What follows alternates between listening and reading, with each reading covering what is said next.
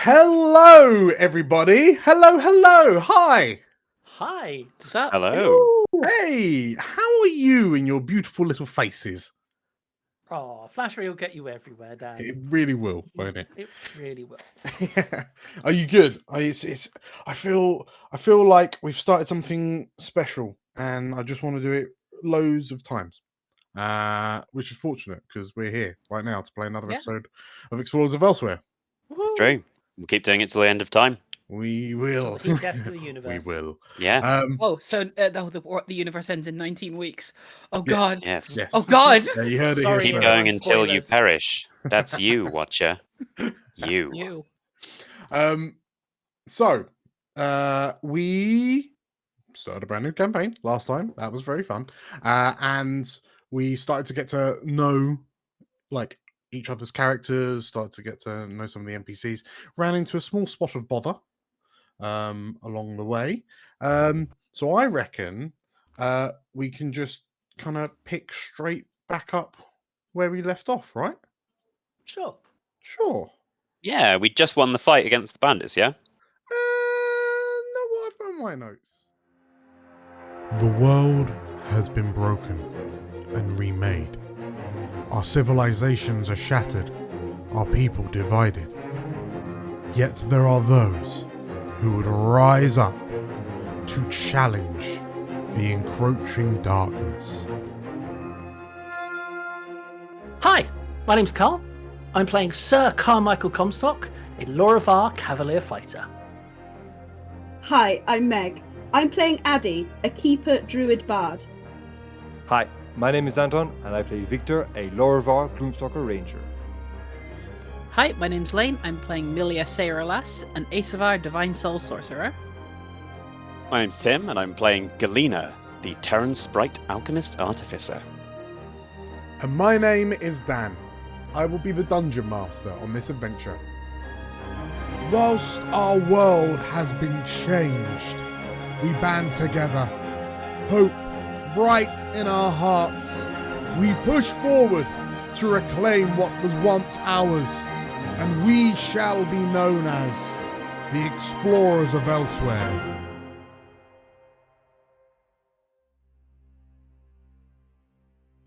The formation of the Explorers of Elsewhere has been considered by some to be something short of a miracle, which some have pointed out is odd, considering gods fought among mortals across the lands no less than 1 year ago. Whilst many communities struggle to come to terms with the devastating effects of the eschaton, the first expeditions to rediscover the world of Elsewhere are beginning in earnest. One question which burns on explorers' minds: what happened to the world? How did the landscape settle as a result of the world spirit's regenerative powers? What is left? Who is left? In a world that was once so connected and unified, the mortals now find that everyone met is likely a stranger with their own mind-bending tales to tell. In a world of uncertainty, safety is one of the first casualties. Perhaps one of the first tasks for the explorers is to relearn who to trust. And so, we rejoin you on the side of a mountain, a narrow, perilous mountain path. Comstock and Addy, you have approached what appears to be a makeshift barricade, which is manned by a number of Lorivar, who you believe have an aggressive disposition. You've also heard a loud roaring coming from a nearby cave, and a very large furred beast has just come bounding out of the cave mouth onto a patch of slickened ground, thanks to one of Galena's concoctions. And so, if I could ask everyone to roll initiative. Uh-oh. Oh, exciting! Be my pleasure. the first initiative of a new season. Oh, okay. Well, technically not. We Oh. did have one last time, but this is the first proper initiative of a new season. There it is. Oh! Comstock coming out the gate Oh. strong with a nat 20. Wow. Well, That caught me off Naturally. guard. East. Hooray! Is that the first nat 20? Yeah. That is the first nat 20. Yeah. It is the first nat Hey. 20. Hooray! There we go. And it's an initiative, no less. Cool. Okay, so This with is going to be a good game. the bandit captain takes a look, like a worried, a panicked look towards you all as this roar emanates out of the cave mouth, and in his confusion he stops, kind of looking from Addy to Comstock and back, going by the due to the inaction from their leader. The two bandits slightly further up on the mountainside, which have just emerged from snow dunes, kind of have their bows pulled taut, but they also don't fire. Comstock, what do you do? This is going to be a very boring first round of combat at this moment, because I did not want to go first. Oh, it depends on the action economy. I think what I might end up doing is holding my action. Hit with your sword, Carl.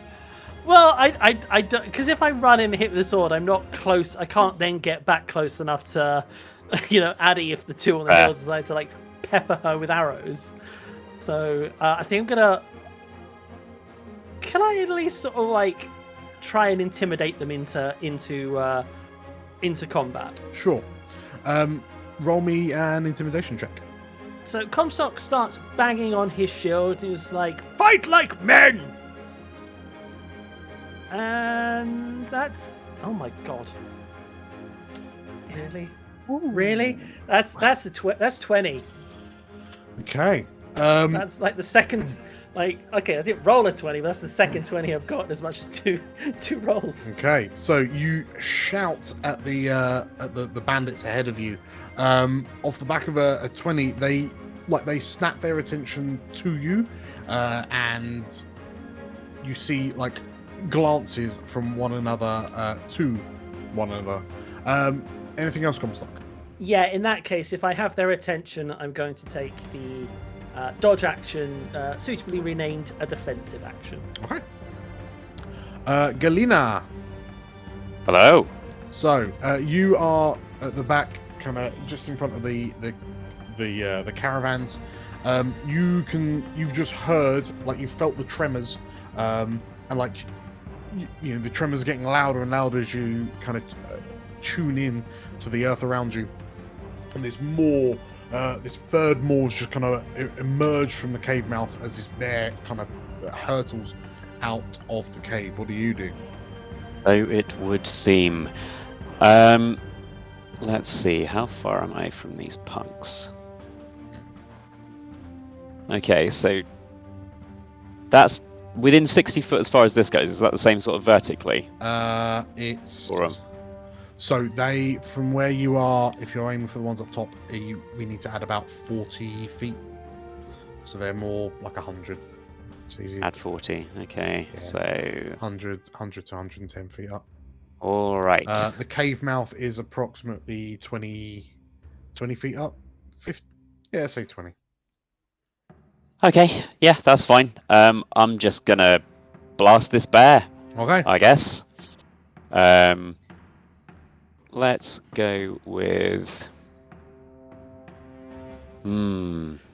Okay, I bet this bear has pretty bad constitution. Mm-hmm.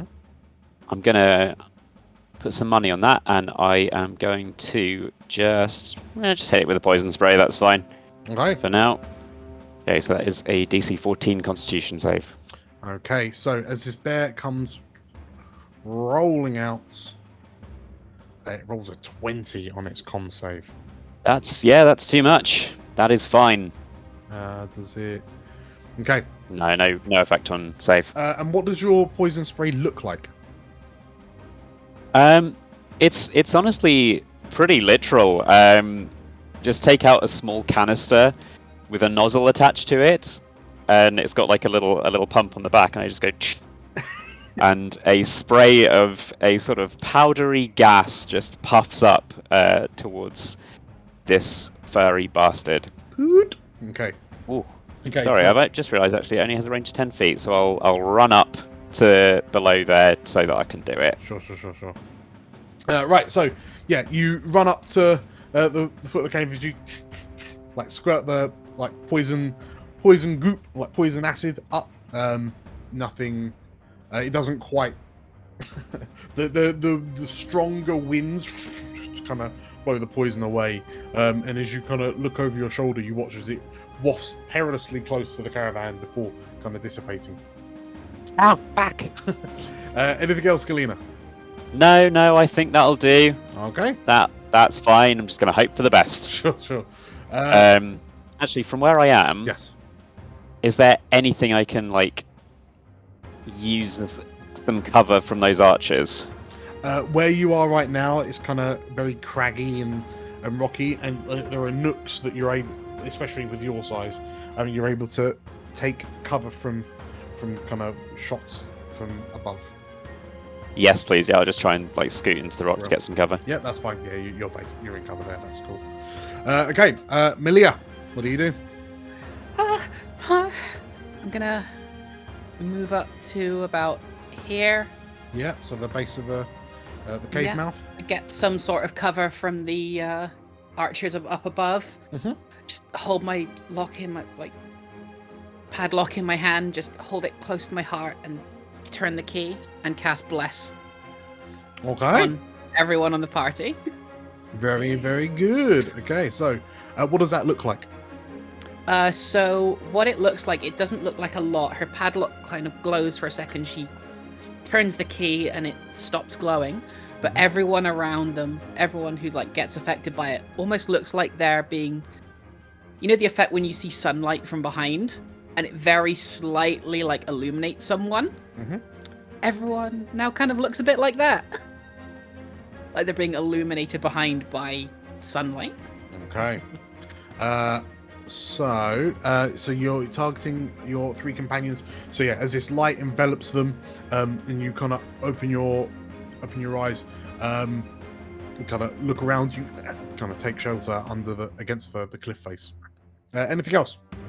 That's it. Okay. Next up, so the two bandits behind the barricades. Now having seen Comstock kind of rile up and kind of shield up, and then seeing this Terran sprite like squirt a puff of something at the bear. The two bandits stand, and the first one fires a crossbow for 18 against you. Oh no, wait, disadvantage. Because okay, 18 to hit against Comstock. 18 hits. Okay, and the second one also fires at you. So that is a 15 from the second one. Yep. But the first one fires a shot, and it grazes past you for 2 damage. Okie dokie. The two bandits either flanking the bandit captain fire off these 2 shots, and that seems to snap the captain out of his kind of panic. Addy, you've just watched 2 of them fire crossbow bolts at Comstock. One of them seemed to draw blood. What do you do? Addy's actually probably more concerned about the fact that this poor bear has entered the fray, and could A, do a lot of damage to us, but also we could do a lot of damage to that bear, and it's kind of an innocent in all this. So Addy is actually going to turn round and try and cast animal friendship on the bear, to see if she can get the bear to calm down, and sort of become less aggressive, so that none of the rest of the party members attack. Turn the against animal. your masters. Okay, yeah, go ahead. What's the range on it? It says a creature that you can see within range. 30 feet. Okie dokie. So you would. So give or take is about 20 foot up. So if we move you towards there, that'll be just about in range to cast it. As this bear, you can Perfect. feel you can hear the bear, you can feel the bear trampling its way towards you. Yeah. Uh, As I sort of run backwards, I look at Comstock. I'm sorry, I just can't. And yeah, I'm gonna get closer to try and cast Animal Friendship. Okay, yeah, if you cast that out. Very good. Okay, so Animal Friendship lets you convince the beast that you mean it no harm. If the beast's intelligence is succeed on a Wisdom saving throw. Okay. So DC 14. Whoop. So you hear this, echoing from the cave mouth, and as you run up, what does this look like? I put my arms out and just, it's okay. I'm sorry. We don't mean you any harm. Like, I'm just trying to be comforting. I'm just trying to like de-escalate. Just like just making soft growling noise is Soft in bear the back noises. of my throat. Yeah, so trying to mimic the sound that a mother bear makes to her cubs. Okay. Well, is there anything else you're doing on your turn? On my turn, Mhm. no. Okay.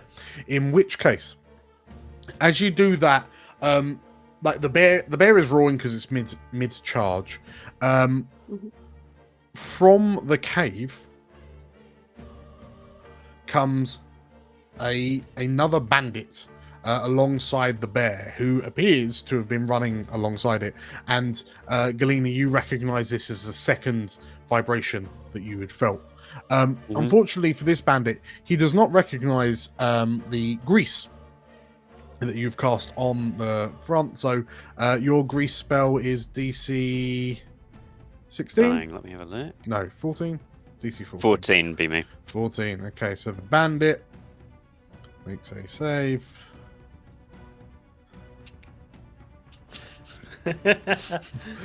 Fails on an 11, and so with that, the bandit goes skimming over. He because he's full sprint, he just slides on the slickened ground. He goes tumbling the 20 feet down, so taking 2d6 damage.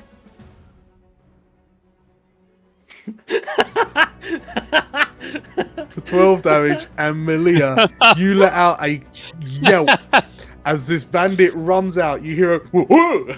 You see it, you feel a shadow pass over you, and then as this man falls in front of you, you hear a as his neck snaps against the ground, and 12 damage kills him. Oh my gosh!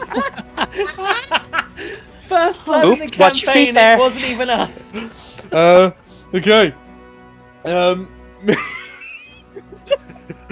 Okay, that's how this is gonna happen. Okay. Meanwhile, the brown bear, who's also mid-charge, hits the grease, and we all knew that was about to happen. DC 14. There's also a 3. There's also a 3. I So realised this might be a problem. So the bear takes rolls, just it's on four paws, right? So manages to slow the majority of its momentum before it comes careening down. So Milia, you as this bandit breaks his neck in front of you, and then the man is just wha-bam landed on by a prone bear who just stubs a toe from the falling damage.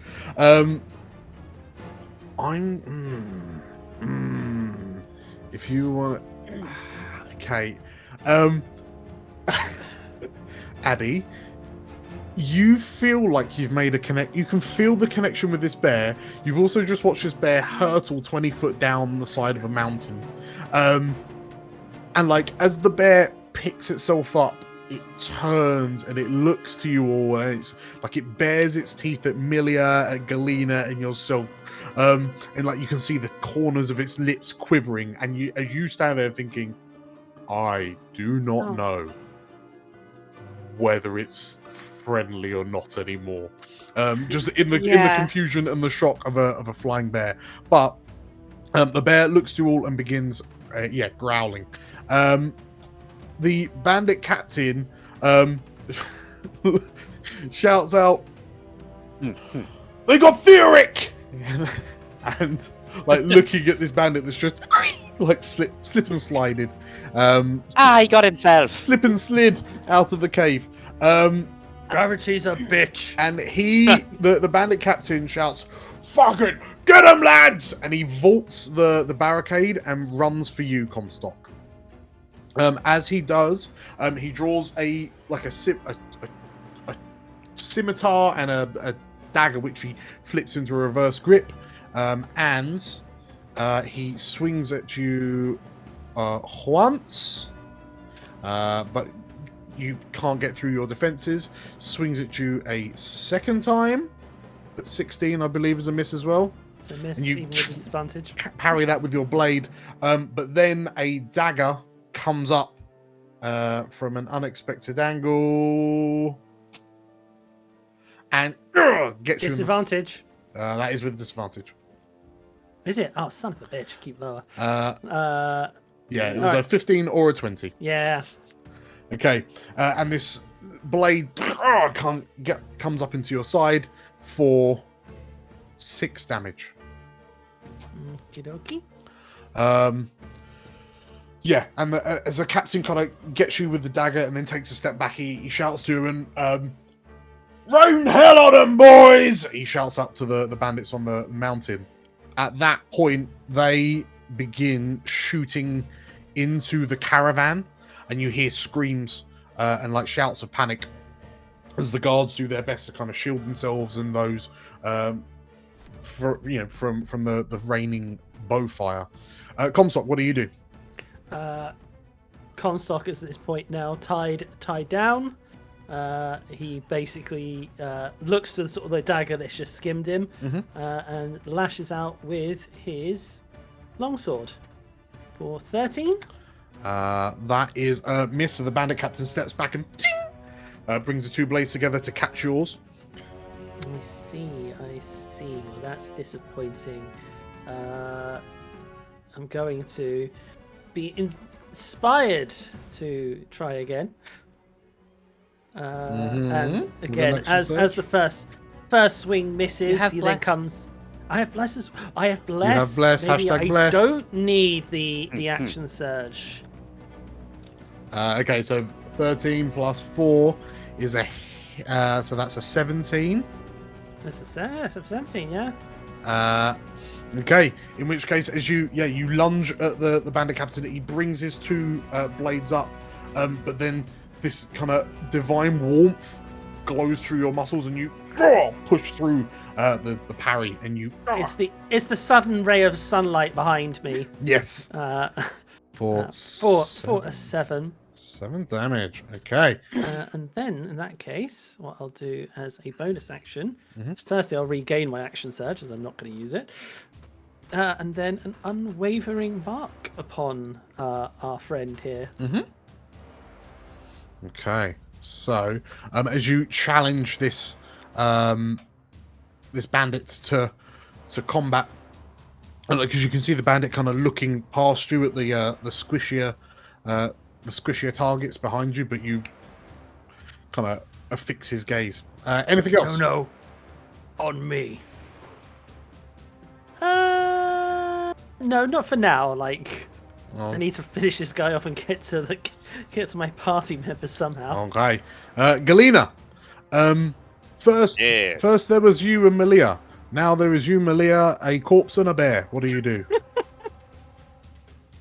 Far as the crowd. I don't think I can get within 60 feet of those archers down here, so can I use mold earth to kind of make this bit of the cliff up to the cave like much more climbable, like a sort of earth ladder? Absolutely. Cool. All right. So press my hand into the side of the cliff. I'll summon my Heron sprite connection with the earth itself, and it just kind of shifts into almost like a climbing wall for kids, Sure. basically. And I'm gonna scurry on up to the cliffside, being careful on the grease, if that's okay. Okay. So, let's say there. It'd be difficult terrain. So you can just go up and down it as if it were difficult terrain, fundamentally. Okay. So you're now in the Great. cave mouth, and like there's enough of a lip that you are completely covered from the archers above. Good stuff. But they in turn are only about 20 feet up. So Sweet. Okay, I've used my action on mold earth. Okay, cool. Yeah, I will probably just drop prone and hang on there for a sec while I catch my breath. sure. Okay, so for anyone else interested, there is now fundamentally a set of stairs going up the side of the mountainside. Okay, Milia. Bear. Bear. Bear. Don't mean to alarm anyone, but bear. I'm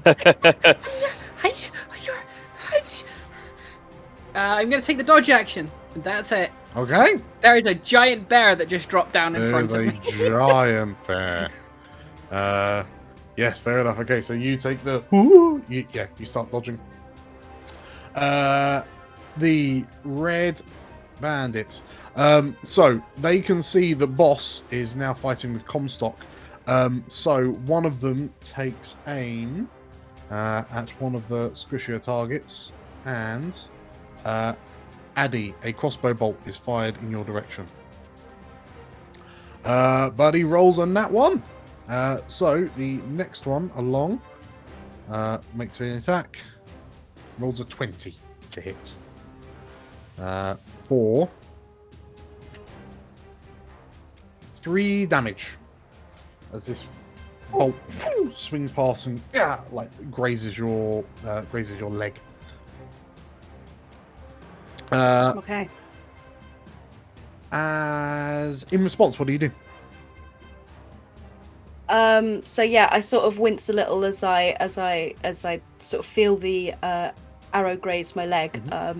But all my attention's on this bear, and I'm going to attempt to speak with animals.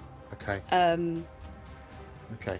Do you want me to roll before I? As a real quick one, what's your passive perception? It is 13. Okay, yeah. You're casting Speak with Animals? I am. So I think we have to make a wisdom saving throw. No, with that one. Oh no. No, you can just speak bear. Just go. Okay, so yeah, I speak bear, and I'm gonna try and speak simply and just say, "Danger, please run, don't fight. Okay. I don't want you to get hurt." As you say this to the bear, like the bear turns and like looks to you, and like its eyes, you notice this like up close, the eyes are bloodshot, and there's a feeling like the bear just, unfortunately familiar, the bear kind of lifts itself up, lowers itself down to the ground and just like its cheeks flapping, drool flying out in your direction, and Addy, you recognize that what the bear says back to you is a roar of fear and pain. And with your passive perception of 13, it's at this point that you notice that along the bear's right flank are 3 grievous wounds. Like 3 deep gouges along its side that look relatively fresh. This bear, it would seem, is not actually in the best of shapes. But yeah, so you tell it to run and... Yeah, just get out of here. Okay. Run away. Okay.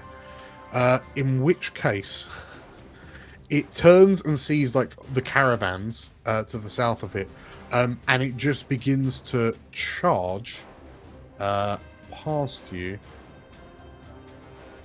And Comstock, you're like barged out of the way by this bear as it runs past you.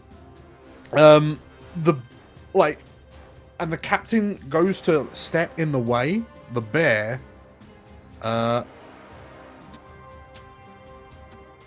rolls a 17 against the captain, which is a hit for 9 damage.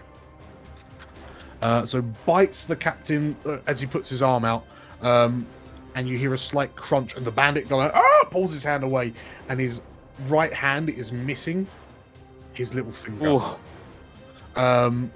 The bear then rears up and comes at you, and you have this odd deja vu feeling from approximately a year ago. You find yourself in the shadow of this great bear as it then brings its claws down, but the bandit captain manages to duck out the way, and this thing's just on its rear legs. And again, from where you are, you can see that you take a look at the claw marks. Well, they look like claw marks on its side, and you wonder what did it. It's something bigger than it. That was a bear.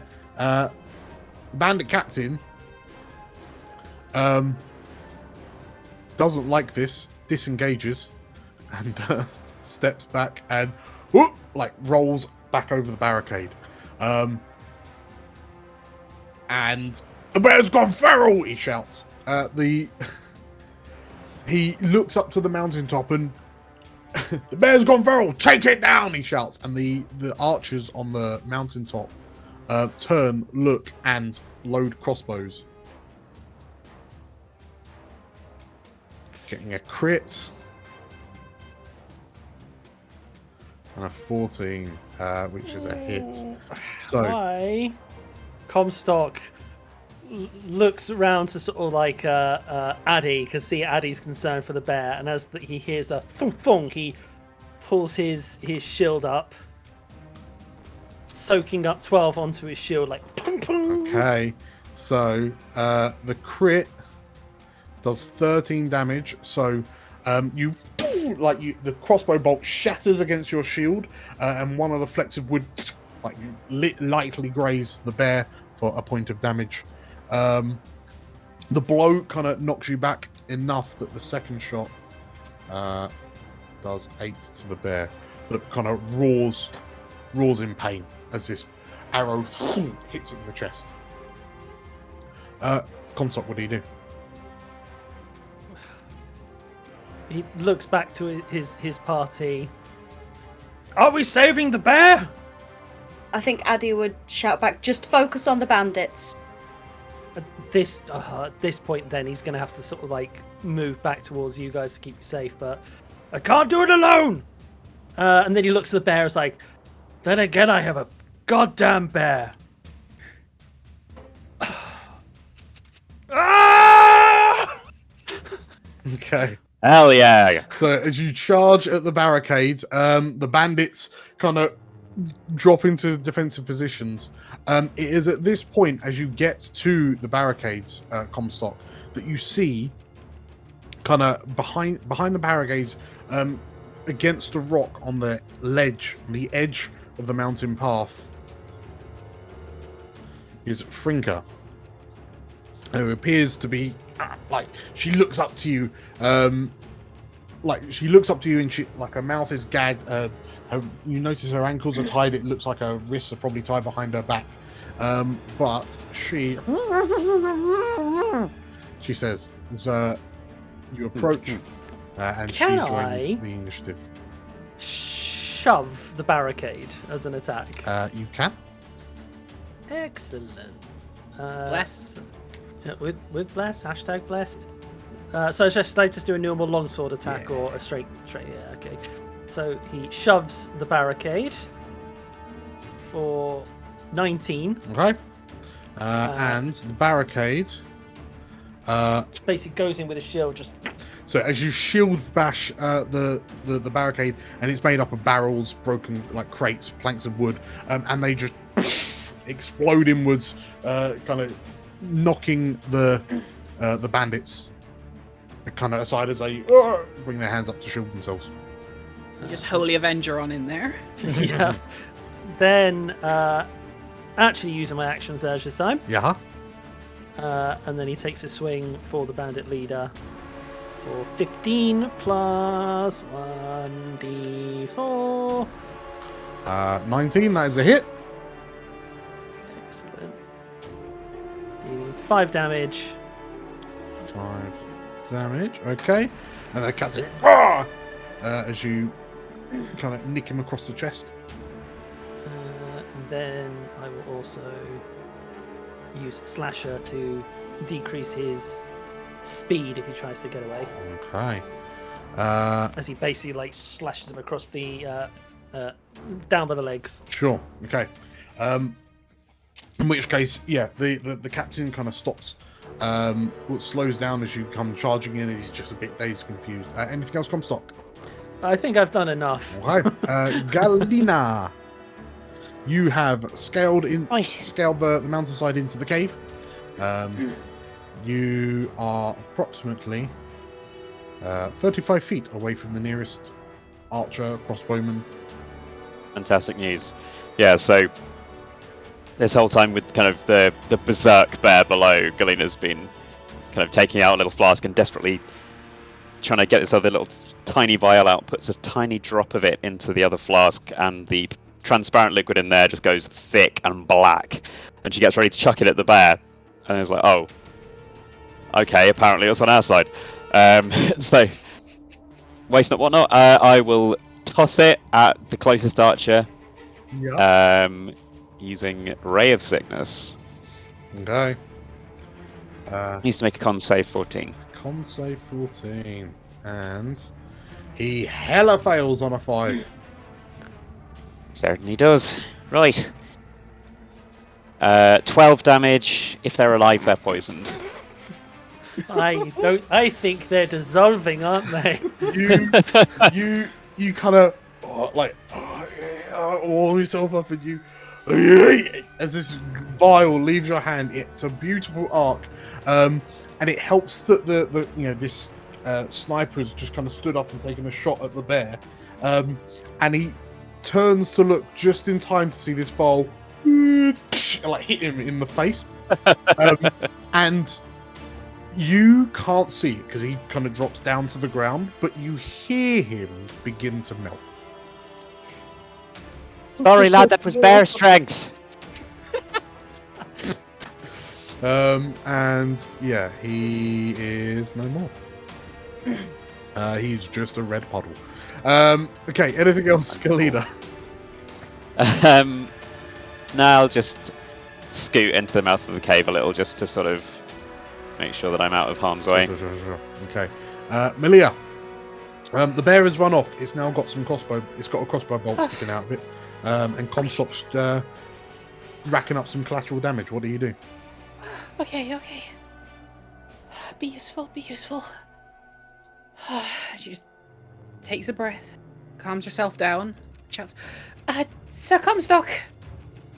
Holds out the padlock. Again, turns the key. Mm-hmm. Not with one eye, because you've got one book in one. Just turns it like that. The bless dissipates from everyone. Okay. But there is now a very, almost like Aurora Borealis of sunlight around Comstock as I cast Shield of Faith. Okay. Quicken spell. Okay. So I do it as a bonus action. And then I go immediately back to dodging, because I'm still really scared. That's what, +4 to my AC? +2. +2. What am I? Dodging. Okay, very, very good. So Comstock. Well, actually, Lane, what does the Shield of Faith look like? It's almost like an aurora borealis, just like made out of sunlight and like a very faint sort of crystalline cosmic sort of like underlay / overlay onion skin onto it. Okay. In which case, so as you cast that spell on Comstock, the two bandits, well, the two other bandits in front of you, Comstock, like take a look at one another, and then they go leaping over their barricades to engage you as well. One of them brings up a cutlass. You're not thingy. You're just high AC. Oh, son of a bitch. 22 to hit. Yes. Inspired. The second one though doesn't have a good time of it. Okay, so 22 and a 4. The one that hits you deals 7 damage. As they kind of pack tactics you. Addy, what do you do? Okay, I am seeing that Comstock's in a bit of trouble, so I'm going to make my way up towards him, but I can only move 30 feet. As I move past the bear, as a bonus action, I'm going to cast Healing Word on him, her, it.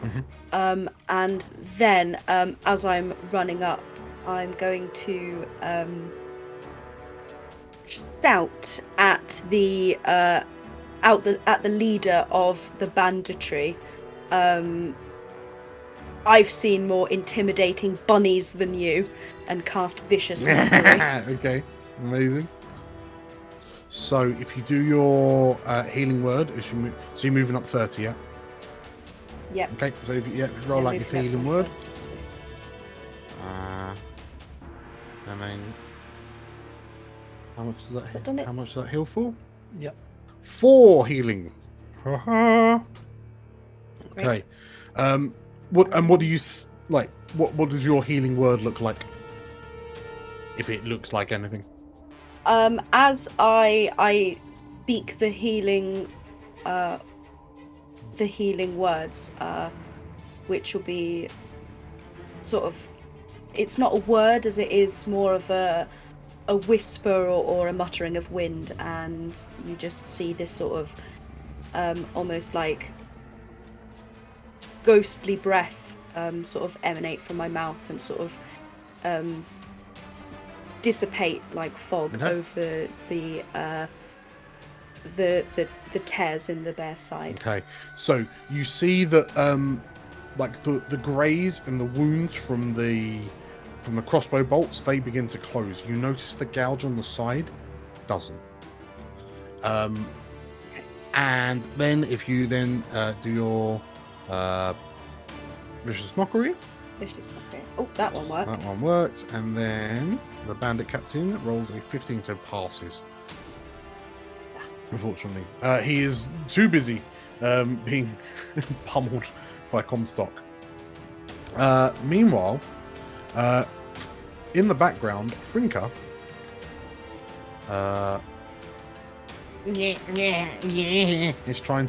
is wriggling against her binds, but still isn't able to get free. The brown bear, like you've just healed it, Addy, and it kind of drops down onto all fours, and looks up at the remaining crossbowmen and just growls. It lets out a roar, but the bandits seem surprisingly unfazed.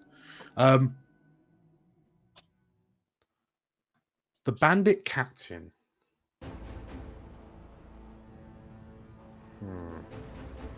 The bandit captain takes a look at what's happening, looks around and, fuck this, he says, and disengages. But as he does, like he goes to put weight on his leg that you kind of nicked at, Comstock, and he staggers a bit as he can only move 20 feet.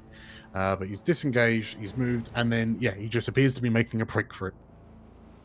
And the two other bandits that have just kind of dogpiled into you, just kind of, one of them glances over his shoulder and, boss, he says as he sees the captain kind of starts to do a runner. The one remaining bandit, also seeing the captain run, makes... wonders what on earth's doing. Also notices the bear eyeing him up and just goes to hide, but just like ducks down. But you can all hear him going, "Oh shit! Oh shit! Oh shit! Oh shit! Oh shit!" Completely giving away his position. Comstock.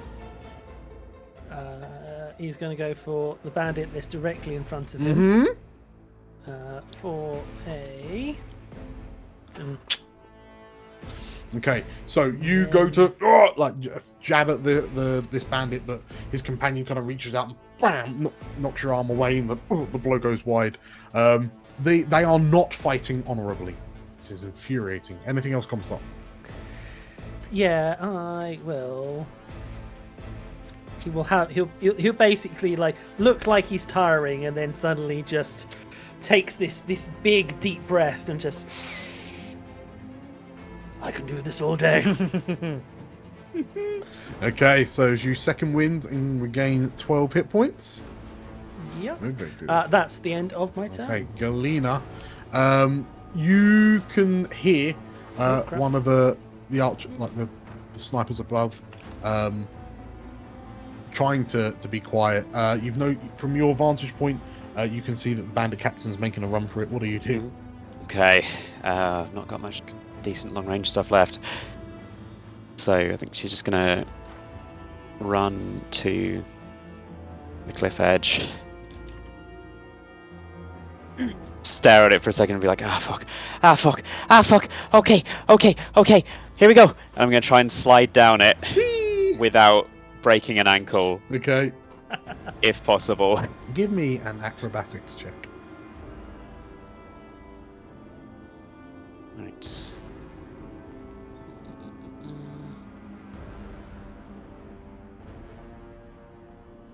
12. That is fine. And you slide all the way down. You've got so you reach the bottom, like you manage to stay on your bum the whole way down. As pebbles kind of come down with you, and like nice. You land on your feet and you're already kind of back up. So you've got 5 foot left.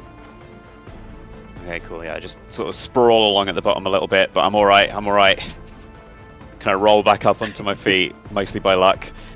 And I think I'll just dash up.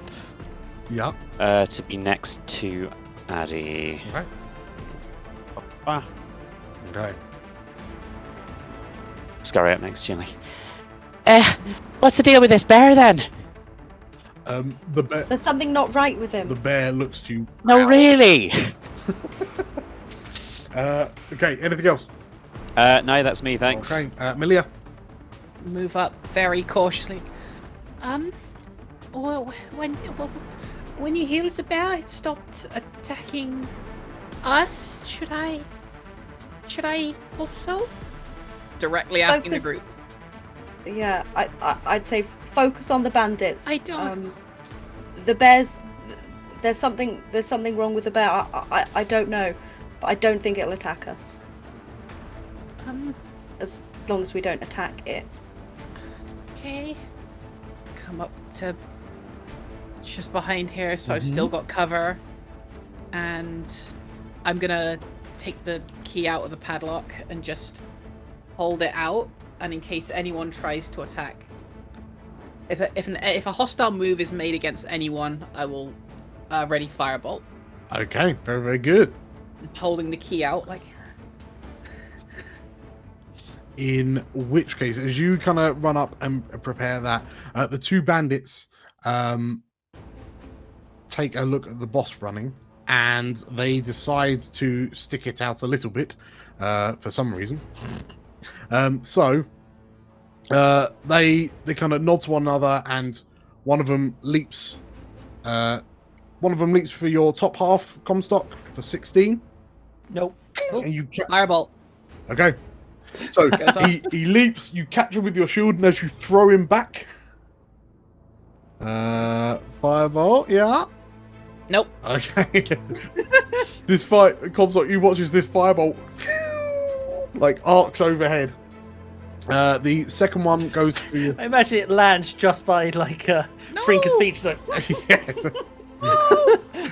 The second one goes low for 5, and you like kick him in the head. to keep him away. Addy, what do you do? Okay, I want to get one of those bandits away from Comstock, so I'm going to, as a bonus action first, I'm going to imbue my quarterstaff with shillelagh. So Addy holds this. It's sort of half staff, half very rudimentary spear, and it's just full of little trinkets and bits of moss and dried flowers. And as she holds it in front of her and puts one hand over the top, you see the dried flowers start to almost come alive, back alive, and the moss sort of glows a brighter green as she imbues this energy into it. And then she's going to cast Thorn Whip at the bandit sort of closest to her on the left-hand side of Comstock. Okay. In which case, yeah, roll me to hit. So that's a 15 to attack. Okay, so you, how does your Thorn Whip do? Like, are you casting it from your hands? Does it come from your staff, or your spear, or? I'd say it comes directly from the sort of almost dried wooden vine-like bracelets that Addy has around her wrist. Okay. It sort of, again, sort of the end of it sort of greenifies and shoots forth. Okay. In which case, the vines wrap round the bandit's torso, and there's a look of surprise as he looks over in your direction. There's a as he gets wrenched towards you. Roll me the damage. Yep. A 6. full 6 damage. And you pull him towards you, and as the vines kind of unwrap around him, the bandit's momentum doesn't stop him in time for him to not boom smack into the side of the bear. Anything else, Addy? No, I can't do anything else at the moment. Okay. In which case, on her turn, Frinka. No!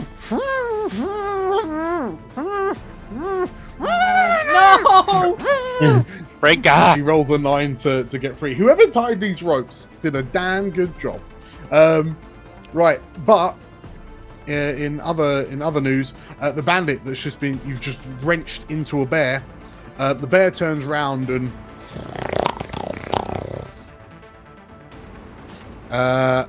okay, so it snarls. You can see like its cheeks rippling, Addy and Milia. It then opens its mouth wide and it takes a chunk. It bites deep into the neck of the bandit. You hear it kind of screams as the bear lifts, goes back onto his hind legs, starts swinging this guy around, and then yeets him over the edge of the cliff. Yes. And the bear starts kind of yolloping towards you, Comstock, and the bandit you're fighting. At this point, the bandit captain, no, and he disappeared. You see, he just kind of disappears off down the road. He's gone. The one up top on the mountain, oh shit! Oh no! You see, there's as he desperately tries to run across the snow tops on this kind of mountain top. And Comstock, you are left facing one final bandit. I am going to do something a little bit odd here, but I want to try and grapple with him. Yeah. Less sort of actually trying to grab him, but more trying to control where he moves with his shield. Mm-hmm. So I believe that is athletics for a 14. And he will do a acrobatics to try and worm his way out. Son of a bitch. So you go to grab for him. He's clearly not washed for a while. He's quite greasy. But he just manages to, he uses the barrels in between you to get out of your way. But yeah, as you circle round to cut him off. Yep, that will be my turn. Okay. I was disappointed. I wanted to throw him off the cliff. At which point, Galena. Okay. What are you doing, you little psychopath? Just about get back to my feet in the dust. Keep just swearing vividly as I continue running forward. I will duck through the bear's legs Yeah. and hope it doesn't try and kill me in the process. No, it looks down as you like tickle the underside of his belly. Scurry on through. I think I probably take an attack from the bandit Okay. on the way past. The bandit Just try and duck it. will take a swing at you for a 21 to hit. Oh, Oh, that's gonna no. hit. That will hit me. That will Yes. hit. If only someone could protect her. There we go. Okay. As long as you stepped Hey. there, as long as you stepped like, Amazing. So Yeah, I definitely did. in which case, Yeah, yeah, definitely. Comstock, as you as Galena like runs past, this bandit goes to kind of lashes out at the Terran sprite as she runs past, but you like bring your shield up and parry the blow away. I got you. Nice. I got you, Kalina. Right. So I'm going to pull out something that looks kind of like halfway between a dagger and a surgical scalpel. And say, "Hold still now, dear," and just go for the ropes and try and cut her hands free. Okay, so using your action, you managed to cut Frinka free. She's probably back in the game now. Anything else, Galena? Nah, cool. A job well done. Okay, Milia. Oh no. Same again. Firebolt. Okay. But I'm actually just gonna fire it off this time. Yeah. Okay, at the final bandit. Yep. 12. Okay. So as you, so this bandit's just kind of lashed out. Comstock, you've kind of parried the attack away, protecting Galena in the process. The bandit kind of steps out and "You'll never take me alive," he says, just as his firebolt wham smacks him in the back of the head. Roll for And damage. it's just, you know how like flare guns look? It's just like that, but like a white sort of flare. Yeah.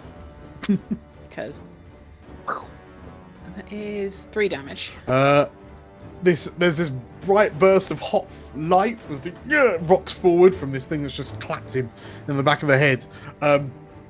And he kind of staggers and looks a bit shocked. And kind of looks, "What the fuck?" Like looks over at you, Amelia, and like as he looks back, Comstock, Galena, you can see that there's this fear in his eyes. Anything else? Nope. Okay. In which case, the bandit, realizing that his boss is long gone, all his mates are either dead or also gone to the wind.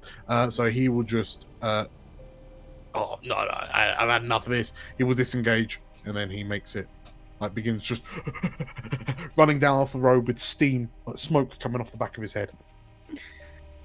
And the lot of so Comstock, Galena, as you watch as these bandits just disappear off like dust clouds pluming out from their feet as they run off into the distance.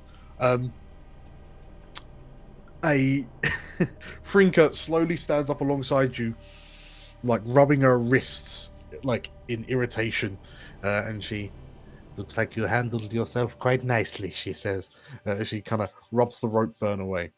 And as you watch the bandits disappear and you begin to reconvene, I reckon it's time to grab a quick break. Yeah. Yeah. Yeah, Ediful. Right. I'll see. Enjoy the stinger. I'll see you all in a bit. See you Enjoy the soon. stinger, said the scorpion. Bye. The only thing we subscribe to in the forest is the ways of the Farash. Yeah, sure. I appreciate that. But I've been told elsewhere needs likes and it needs subscriptions. Yes, very, very much so. In fact. Apparently, there's a ritual with a bell. Yeah. The notification bell. Yeah. Well, try anything once, me. Right. Good to know. Thanks.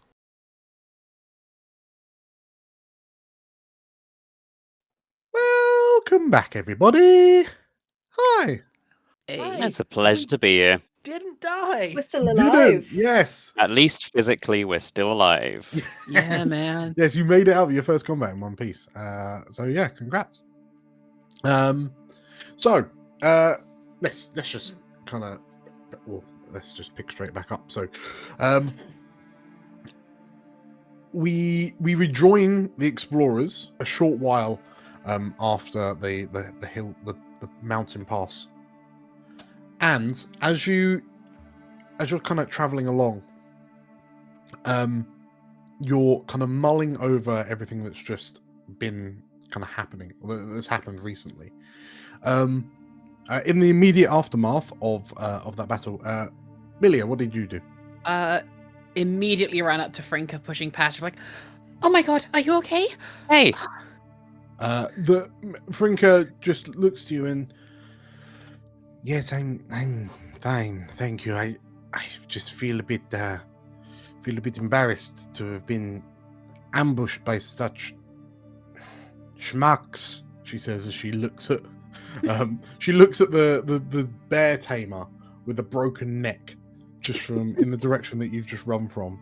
I thought they needed some help, but then they jumped me when they found out that I was part of the caravan. Offering help is nothing to be ashamed of. Come on, let's get you up. Just hold out an arm for her. And Frinka takes it, and it's a very like, her hands are kind of strong and rough from all of the outdoors womanship that she does as she like pulls herself up off And the cast Cure Wounds on her as I'm pulling her up. Okay. In which case she nods and thank you, she says. And she kind of looks at the rest of you and is everything okay with the caravan? Yes. that's a good question. Heard some think- shots going back there. Frinka kind of looks concerned, and I did see that there were some shots fired into the caravan. Excuse me, I need to go check, she says. She kind of looks you all in turn, gives you nods, like her eye lingers on you for a while, Malia. She kind of gives you this ever so slight smile, and then she kind of dashes off past you, and she stops. Actually, she takes a few steps and stops and goes, "Is the bear ours now?" That is a good question. Addy? As Frinka makes a noise to herself, and that question kind of lingers in the air, Comstock, as you turn to look at Addy. Addy, a short way down the path, having left this kind of mountain pass, what did happen with the bear? I think immediately Addy would have gone up and, while still under the sort of effects of speak with animals, I would have taken notice of those large gouges in the side that wouldn't respond to the healing word, and ask directly, what happened to you? Yeah, as you address the bear, now that the excitement has had begun to calm down, the bear seems a lot more kind of deflated and scared. Like the bear's head kind of snaps to you and instinctively lets out a growl as you approach, giving you a moment to giving you reason to pause for a moment. But the snarl disappears as it recognizes you. "Great beast," says the bear. In response, everyone, you hear the bear growling, but Addy, you understand it to be saying, "Great beast, sharp claws, not." And the bear struggles to think for a moment. It's almost as if it's struggling to kind of formulate the thought in its mind. "Not right," it says. Where? the bear kind of huffs and kind of swings its head over in the direction that you're heading, like further along the path, and it kind of lets out this low rumbling growl. Thank you. I'm sorry. And gesture to the sort of claw marks. What can I do for you? The bear looks to you for a moment and hungry, very hungry.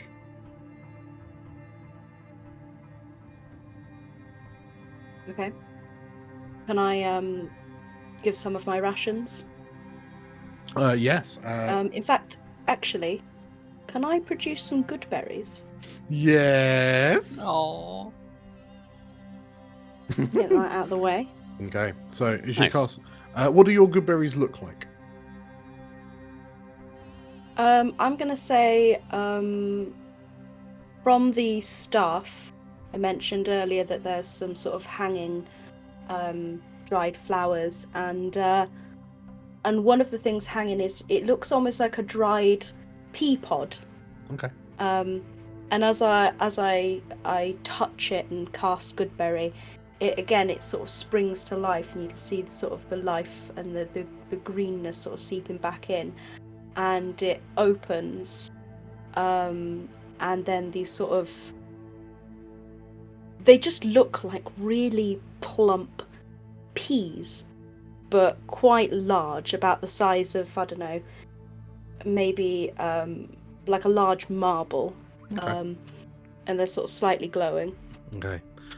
In which case, as And you produce them and sort of like 10 appear in the palm of your hand, the bear sniffs them, and you can feel like the hot air rushing across your palm, and then sniffs them once, sniffs them twice, and then you kind of have a little bit of a shock as the bear just like the tongue comes out and just like gathers up all 10 of them, and the bear just devours them all completely.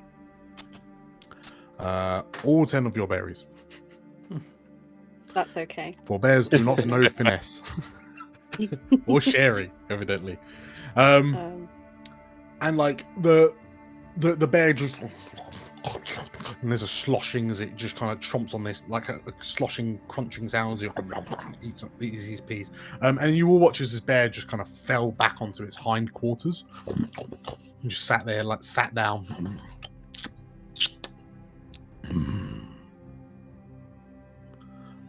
What's going on? And Addy, as There's you, oh, sorry, go on, come Oh, no, on, after you. in which case, Addy, as you remember that memory of the bear just kind of sat down looking surprisingly content, as it kind of leant to look at its shoulder and just with its mouth just kind of pulled the crossbow bolt out of its chest.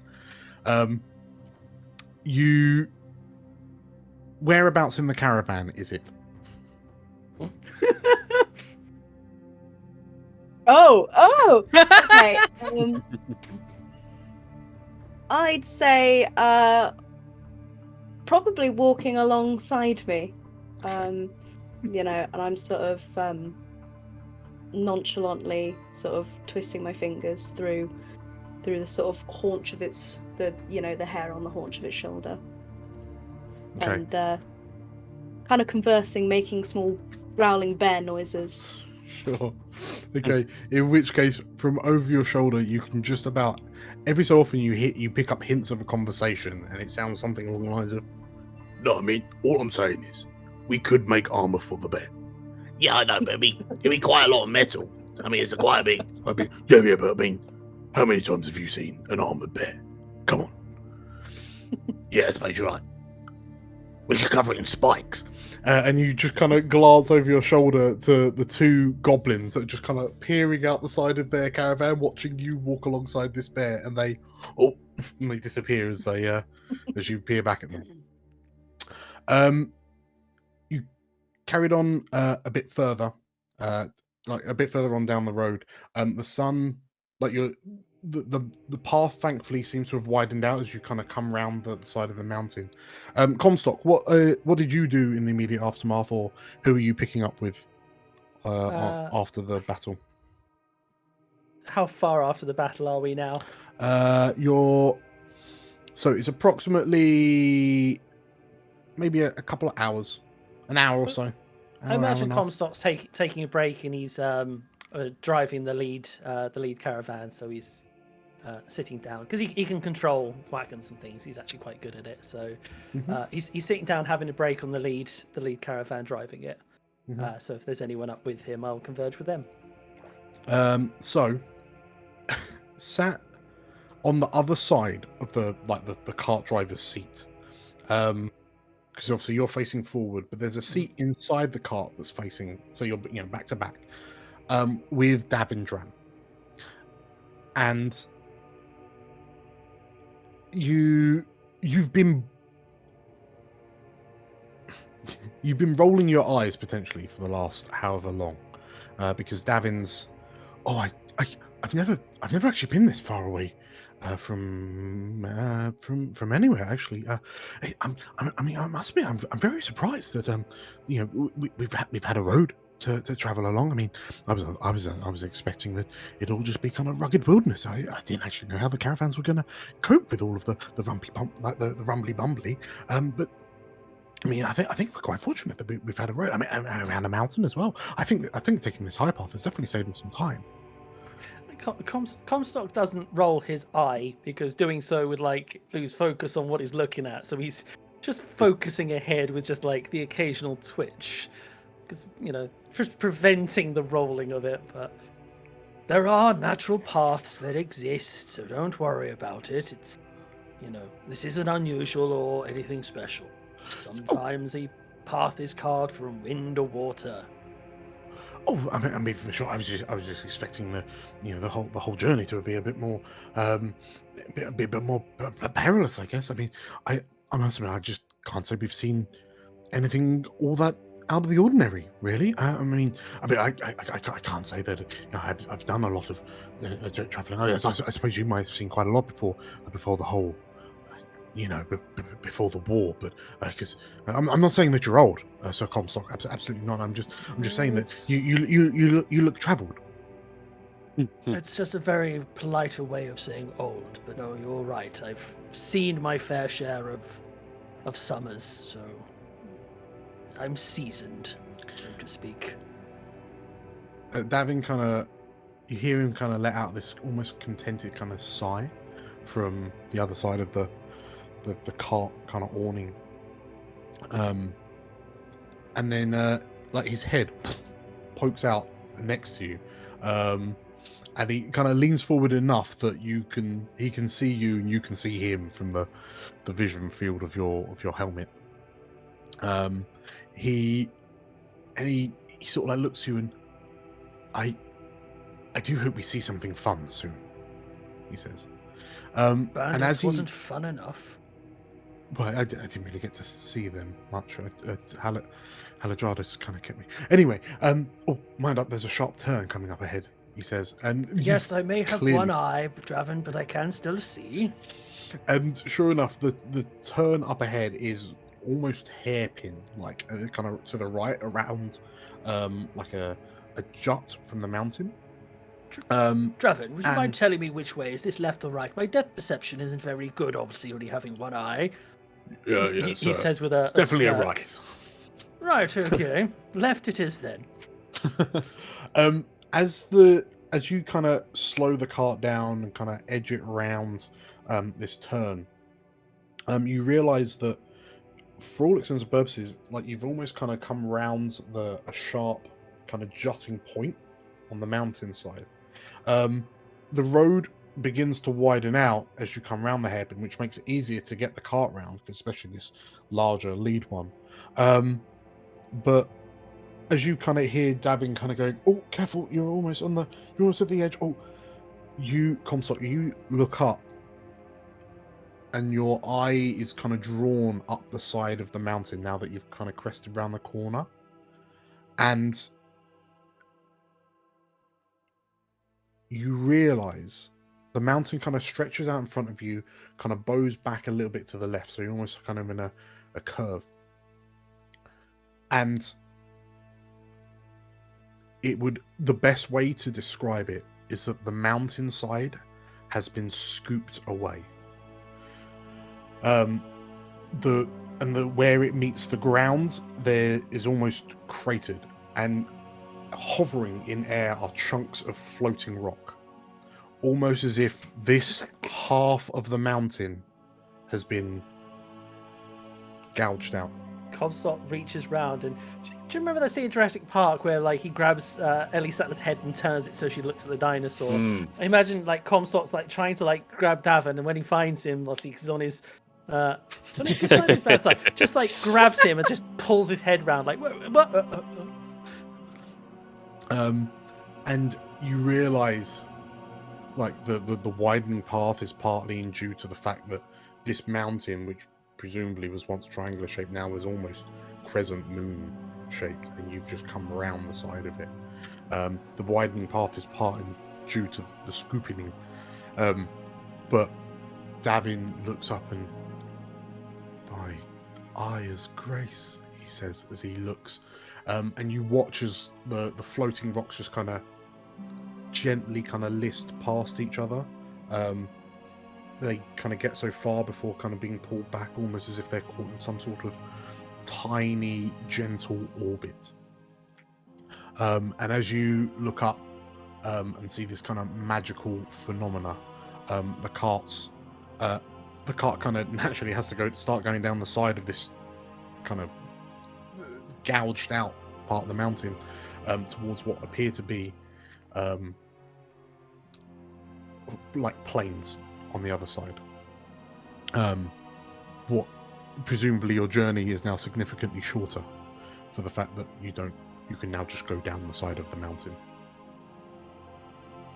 And as you kind of look, you can hear gasps from others on the caravan as they all slowly kind of trickle around the hairpin turn as well. It seems elsewhere isn't quite how we left her, is she? Davin looks up and like his eyes are wide and almost slightly glistening, and it really isn't, Sir Comstock. It really isn't. And as the shadows from the floating rocks kind of passed over the caravan, you managed to make it to the base of the mountain and kind of out of the crater on the other side. And the road is now, well, the journey is now significantly easier now that you're on flatter plains. Galena, as the sun begins to set and Haladradis kind of pokes her head out of the back of the lee cart and be on the lookout for places to stay for the night.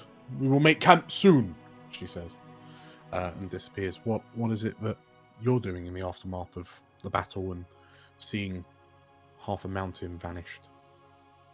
Probably took me a while to see it because I've been trying as little as possible to look at how high up we are at the moment. Sure. But after hearing all of the kerfuffle and just, oh, by Dust's hammer, what is going on with the world? Can I see if have I ever encountered anything like this before? Do I have any theories about what's caused this apart from just general chaos? Yeah, give me an Arcana check. Arcana.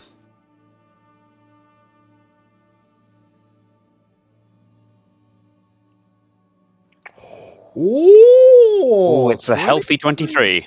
23. Okay. Nice.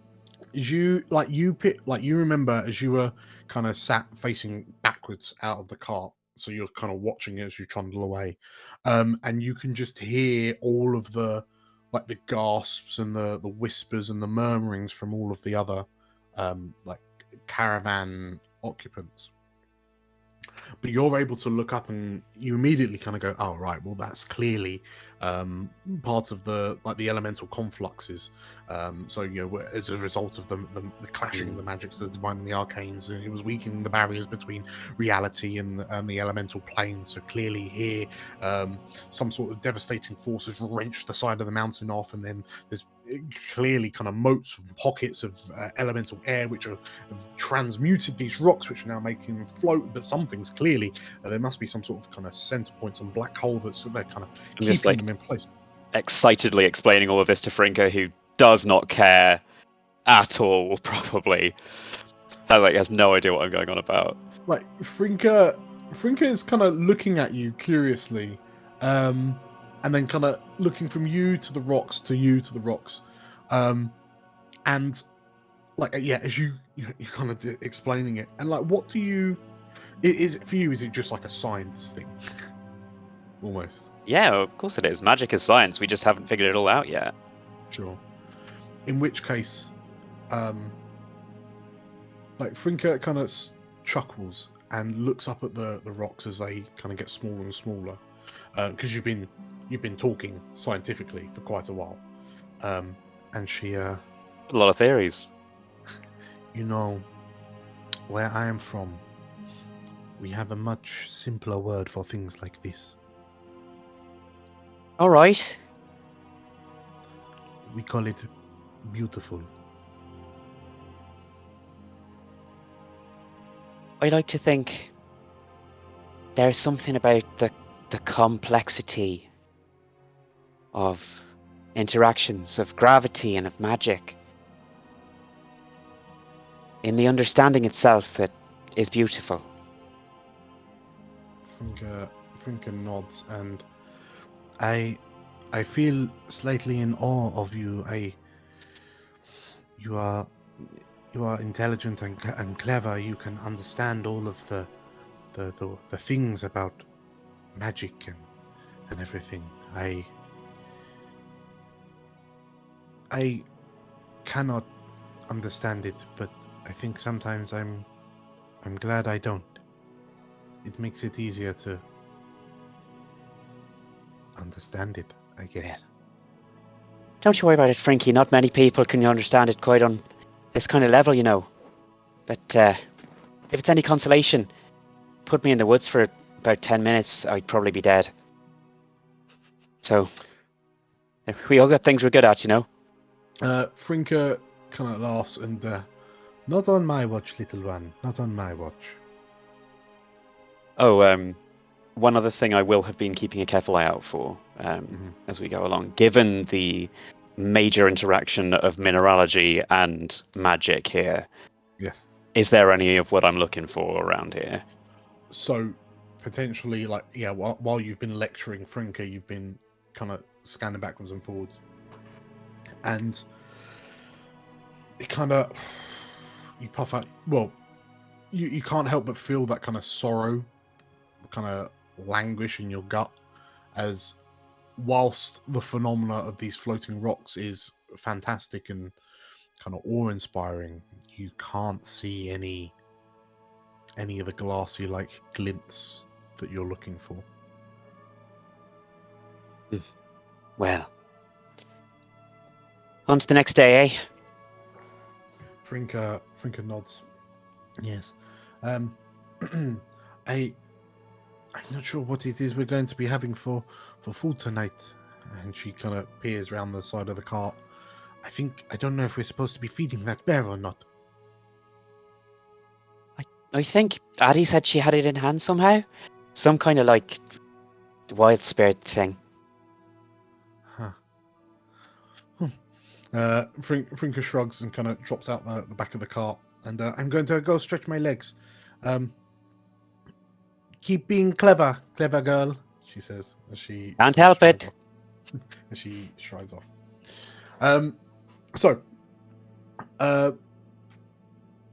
Another short amount of time passes, and the sun, like the sky has now kind of gone orangey, like hues of orange and like magenta as the sun begins to crest over the horizon.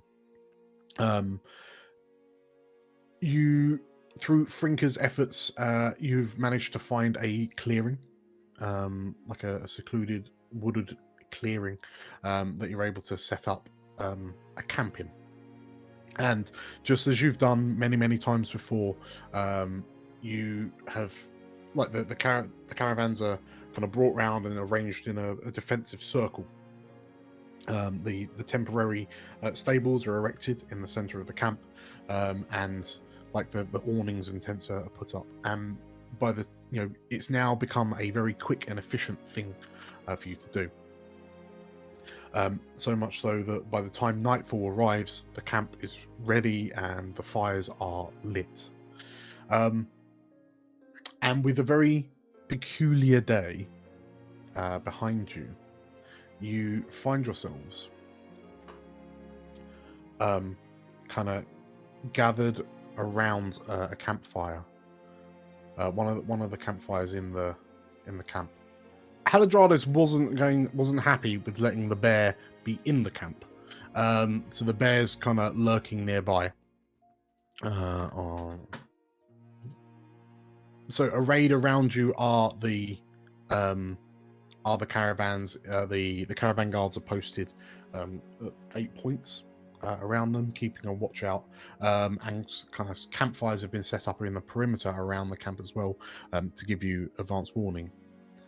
It's all very procedural. I mean, you've done this a number of times now, but as you kind of listen to the crackling fire in front of you, you can hear the kind of light chatter of the other expeditioneers. So as you, like, behind you, you can hear the occasional kind of snort and huff of the horses as they graze on their feed. Addy, like, this is your first kind of proper chance to sit down and kind of be with your companions. So, yeah, what is it that you've seen from today that's on your mind? Addy has got her her notebook, which is this very crudely made parchment bound in what looks like sort of dried, cured leaves that have been sort of pressed together with some sort of sap. Sure. And to start with, she is writing away the day's events and putting pen to paper, and there's something almost ritualistic about the rhythm of the pen against paper as she works through the prose. And then she kind of looks up, and you can see her eyes have almost got this trance-like glaze to them. You know, she's not quite there, she's somewhere else. Okay. As you sit quietly, you hear the sound of approaching feet as one of the caravan guards approaches. And as he kind of approaches the four of you, he kind of stands off to the side of you, Comstock, for a moment, not really saying anything, and then realizes that he's stood on your blind side and just kind of shuffles around a bit further, so you can see him, and you recognize him as the guard that's slipped off the ledge on the mountain path earlier today. What did I name it? Gary? Oh, no. He nods to you as you look up to him, and your eye belays the fact that you're struggling to remember his name. Oh, don't do that. That's he a nods. Carl thing, not a Comstock thing. He nods to you, and I wanted to thank you again for what you did today. And he hands you a flagon that's heavy to hold for the ale, you assume, that's in it.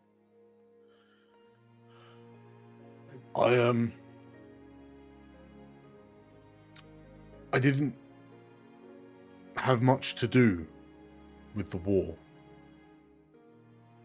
when I'd never think that I would be needed in a fight between gods. But I guess people like you, brave people like you, were exactly the ones that Aya and the others needed. So again, I thank you. I wish I could have done more. Don't be stupid, lad. Well, it's one thing to feel helpless when deities are fighting deities and slinging and cities are leveled with spells, but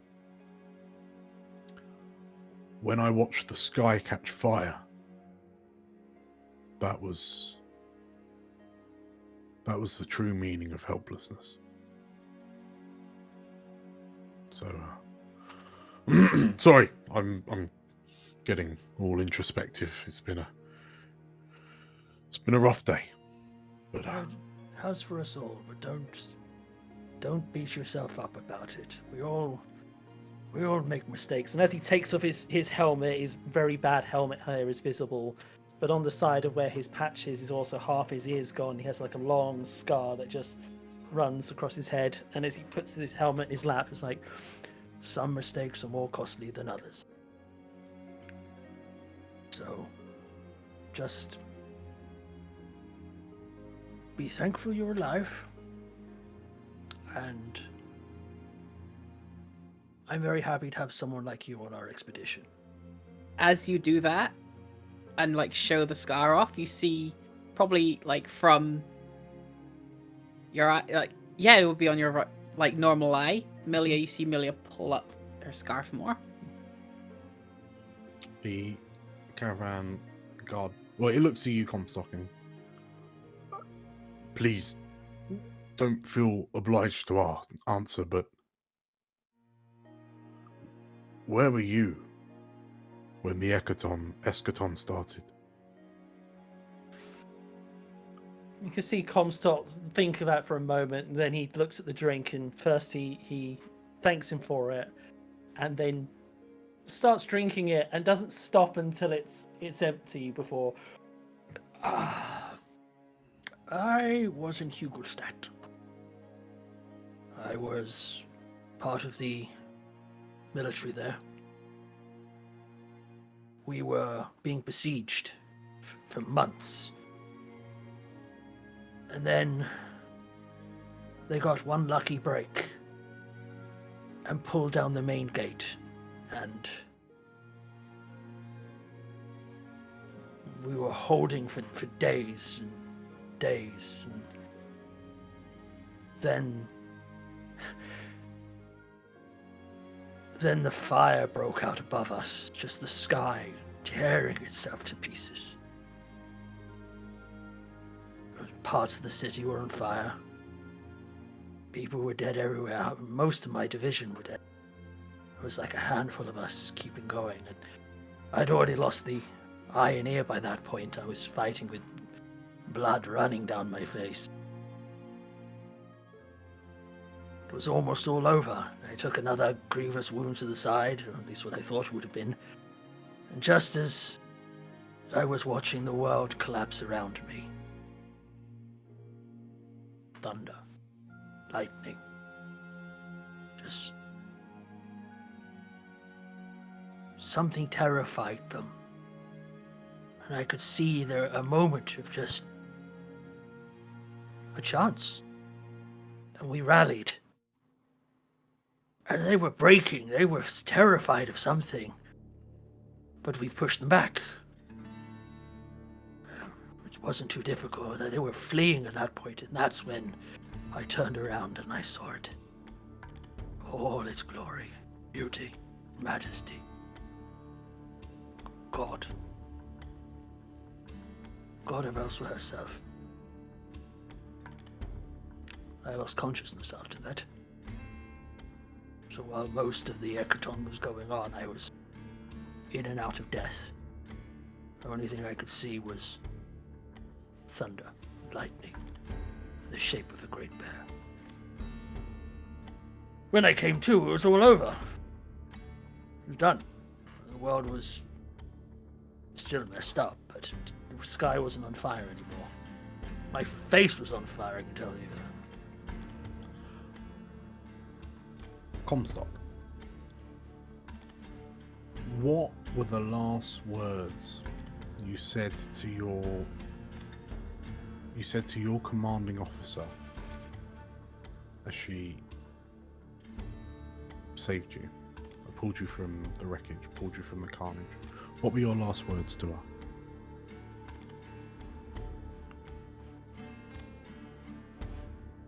Krugerstadt must hold. And then I saw it. I think the last words I uttered before I fell into unconsciousness was, "My gods." Okay. The caravan guard looks quite shaken by your recounting. And shakily he kind of looks up to the rest of you. And who wants to... Malia, you're closest to him. He looks to you. Well, what about you? What did you see? I was just a locksmith in the city of Glasmere. And I remember it so vividly. One day it was raining and it suddenly stopped. And the water was frozen in the air. Like time itself had stopped. And then, confused, all of us looked up, and the rain, the sky was the sea.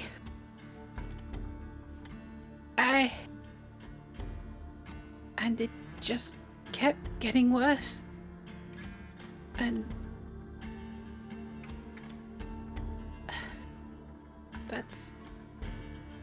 it kept getting worse.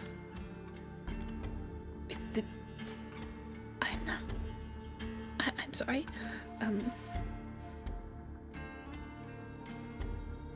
The guard steps in, and it's okay. If you don't have to carry on if you don't want to. And he pulls the scarf up a bit further again. It looks like you're in safe company here. The tome is that all that's left of your before, and he gestures to the book that you're clutching tightly to your chest. That none of the party, ever since seeing me for the first time, have ever seen me without. At any point of the day. It's I mean, you've heard of who I am and what fate the gods chose for me, and this is part of that. That's what I want to believe. The guard nods, and not wanting to kind of pressure any further, his eye kind of scoops round to Galena. He peers at you over the campfire that you all kind of sat around. How did you fare, my little sprite friend? Since the start of the conversation, really, when Comstock was talking about how some mistakes can be bigger than others, Galena has just been kind of staring unfocused into the flames for a few minutes, and when she's addressed directly, she kind of shakes her head a little and, I was at home working on a very important project. I think I might have actually had it that time. Not sure. But either way, doesn't matter. Me little hut in the swamp was, well, one minute it was a hut, and then the next it was a collection of timber and bottles and me swirling. The land itself, the swamp, was tearing itself away. Don't reckon it lasted too long, but then I saw that almost like an aurora. I don't know if they affect something in the atmosphere or if it's just the magical fluctuations, but that serpent tearing across the sky. Last thing I remembered, and then back in, well, what remained of me hut, some little more of a ruin by then, and in the middle of a city I never seen before in my life. So yeah, strange day all told, but honestly, given what I've heard a lot of people, got away all right. Yeah. The guard looked shocked, and I'd heard there were people being Haldradis uses a word translocated. I moved. It's not strictly so much that the people are being translocated. It's more that there's kind of a folding of. Imagine that the whole world was written on a piece of paper, and you crumpled that piece of paper all the way up. You get lots of different parts of it touching other parts, and you can kind of slip from one to the other. And now I'm here, and I don't like it much, but I didn't like where I was much before, so same old really. And now at least I got people to complain to. The guard kind of stops you for a moment and, but do you know where home is? So what about you, lad? What happened to you? I was a courier. And I remember when the sky tore open, and I remember laughing at all of the doomsayers, thinking that they were just trying to peddle some sick, twisted fantasy. But I know magic's amazing, but I never thought it would look like that.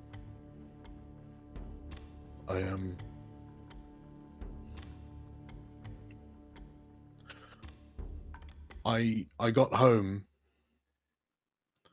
and I found my family,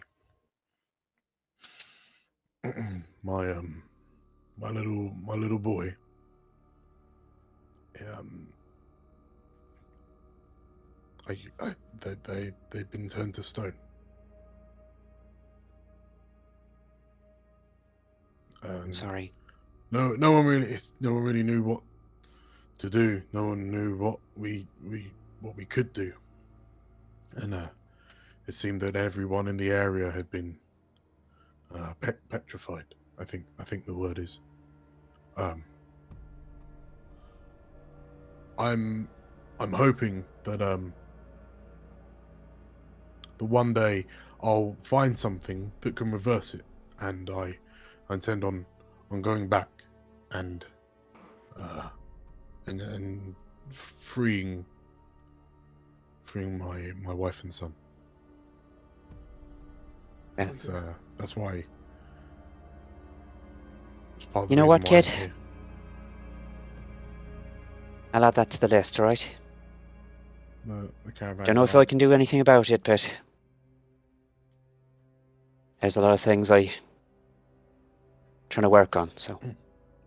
The guard nods, and you seem like a good soul, Mistress Sprite. Whenever you find your home, I'm sure they'll be delighted by your return.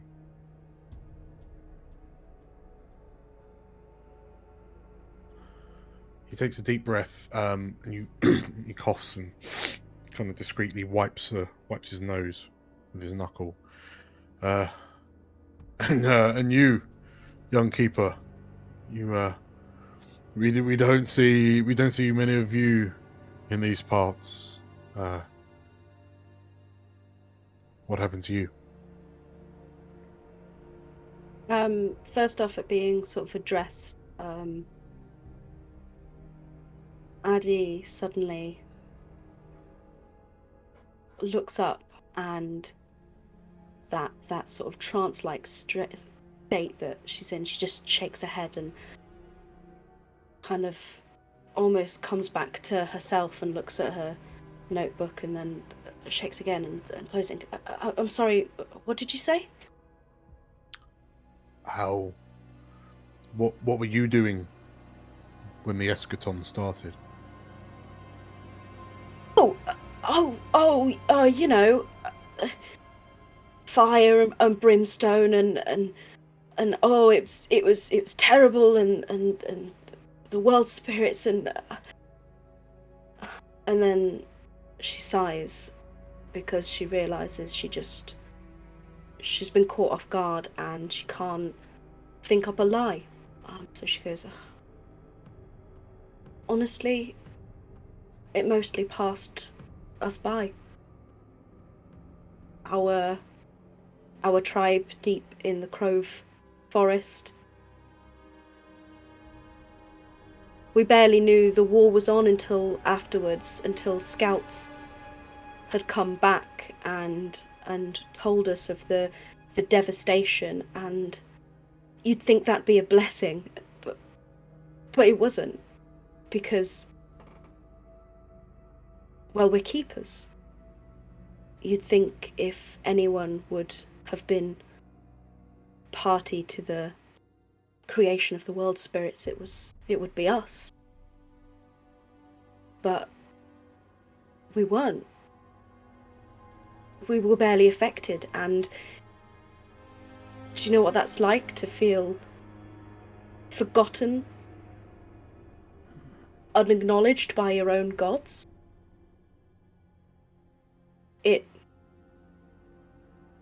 It tore us apart. It tore our tribe apart. You know, we'd been fed this story, this narrative our whole lives, that we were chosen, that we were the ones that would see the manifestation of the world spirits when it came, you know, that they would commune with us directly, and they didn't, and And now I'm here, and I'm supposed to be. I'm supposed to be finding answers. I'm supposed to be finding answers for my tribe, and I don't know what to do anymore.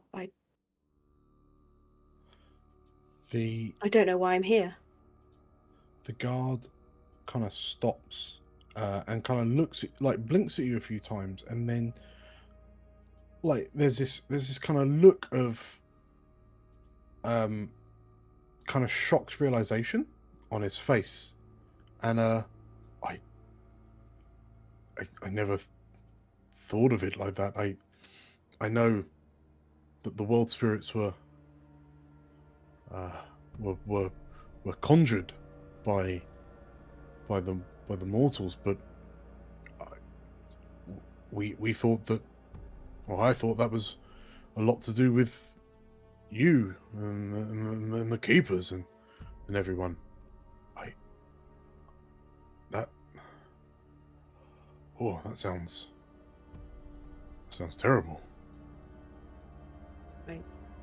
I really shouldn't even be discussing it, but I'm tired of lying. I'm tired of following this narrative that's been set out for me, especially when it just makes no sense anymore. How can our people be chosen when we weren't even acknowledged?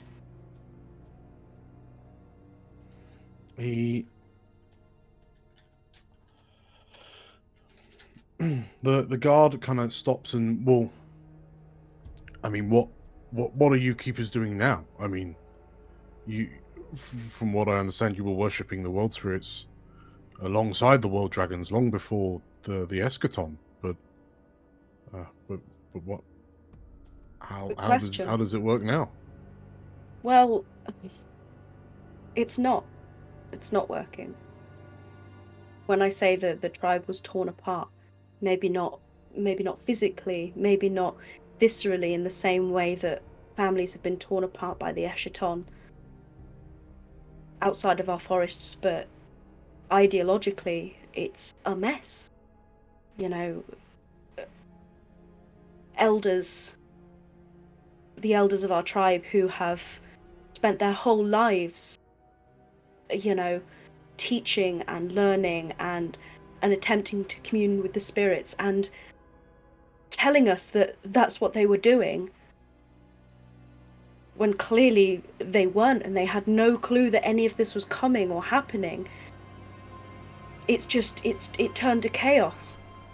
You know, some have doubled down on their faith and say that we're being tested and have broken off, and others, it just broke them completely and they wandered off in the forest, never to be seen again.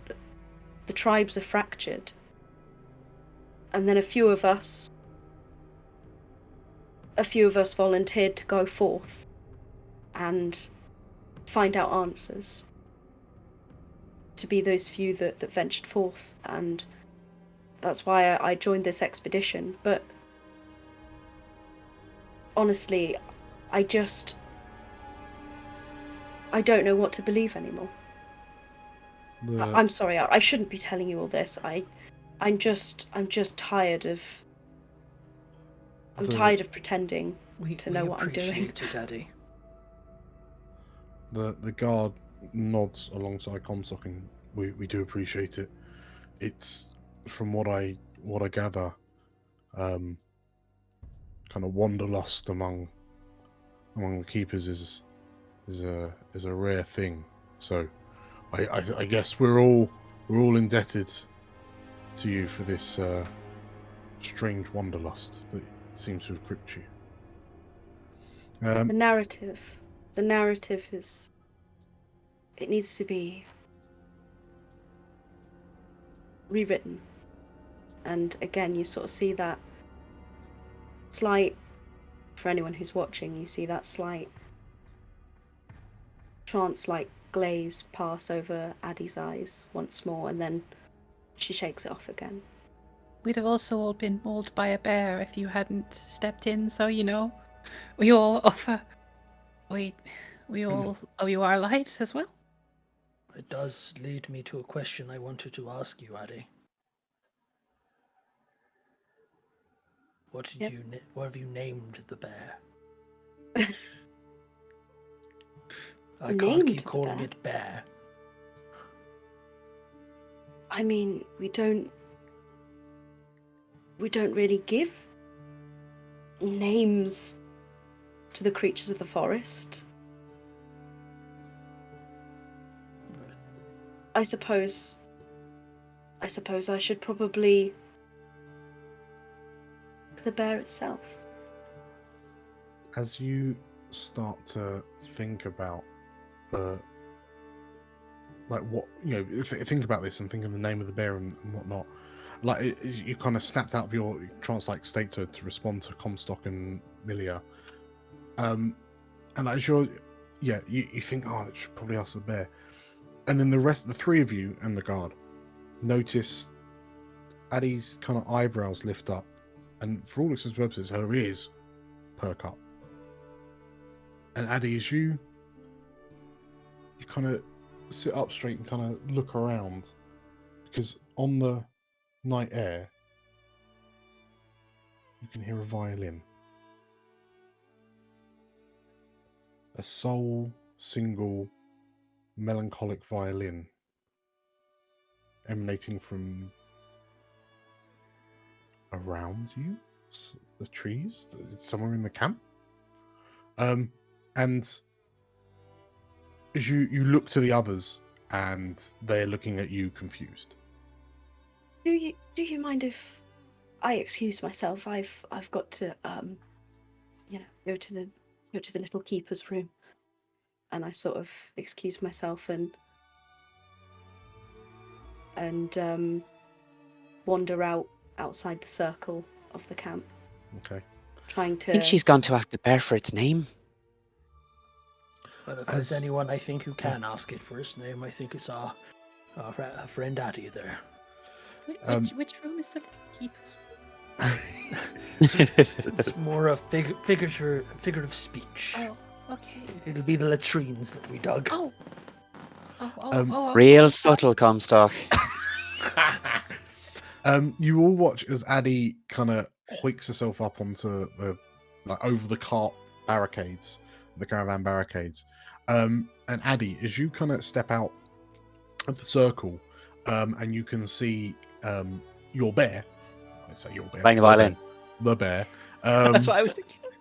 And it's taken up residence next to one of the campfires, also next to what appears to be some sort of berry bush, which you notice is now deprived of has got significantly fewer berries than you suspect it did a short while ago. But as you kind of look over, you see a flicker of movement to your right, over in the direction of another one of the perimeter campfires, and through the dust and the sort of the flickers of the flame, you peer. It's difficult to see for the heat haze, but there appears to be a figure stood amongst the trees. And the more you focus on it, it's almost as if the violin noise is coming from it.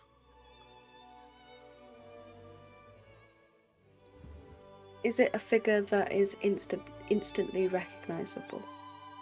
It's difficult to say in the low light, when everything illuminated by the orangish hues of the campfires, but as you focus a bit more, the film seems to be taking more of a shape, and there's a moment where the figure's head turns and looks to you, and you feel like you can't help but deny the bright emerald green eyes.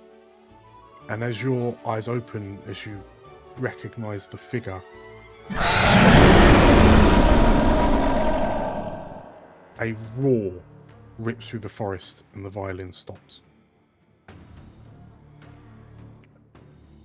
And there's panic and commotion in the camp as this roar kind of rumbles the trees. You can hear creatures skittering and dashing in all directions. And as you look, the bear, which was kind of dozing off, kind of growls, sits up, and is looking around on,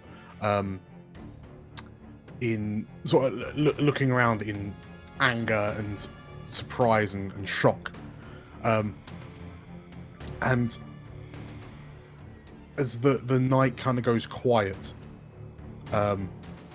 you hear Haladras's voice boom out. "What was that?" she shouts out. And through the commotion, what did the four of you do?